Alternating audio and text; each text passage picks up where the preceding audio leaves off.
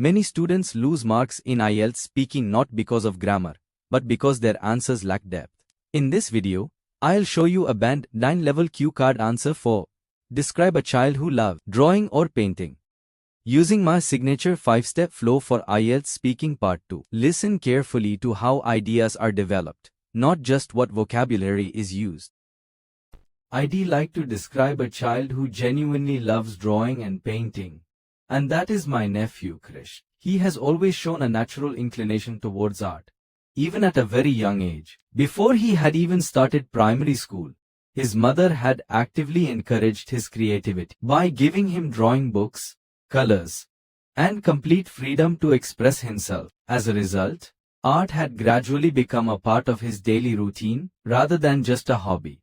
Krish is currently 14 years old, and his artistic abilities have become far more refined with time. He mostly enjoys working with pencils, watercolors, and acrylic paints, and he often prefers drawing nature, portraits, and imaginative scenes that reflect his creativity. What I find particularly impressive is his attention to detail, as he spends hours perfecting small elements like facial expressions, shading, and color combinations. Apart from practicing regularly at home, he also studies the work of famous painters online and tries to recreate certain techniques in his own style. Because of this habit, his artwork looks mature for his age and stands out among his peers. His teachers often describe him as a focused and disciplined student, especially when he is working on an art project. What makes him stand out is not just his talent, but his consistency and discipline.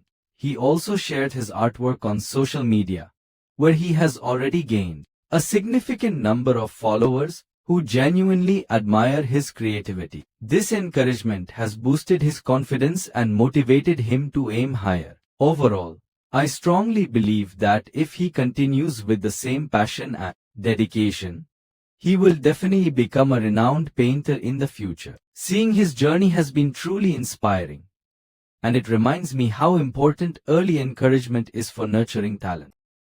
And before you go, here's one last tip to help you get even closer to that Band 7+. Make sure you learn 5-6 strong topic-specific words for every cue card, so your vocabulary really stands out. Try to use all 3 key tenses, past, present, and future, to show your full grammatical range. And don't forget to add smooth linking words, like interestingly however, and personally to keep your answer flowing naturally. Most importantly, always include your personal connection to the topic.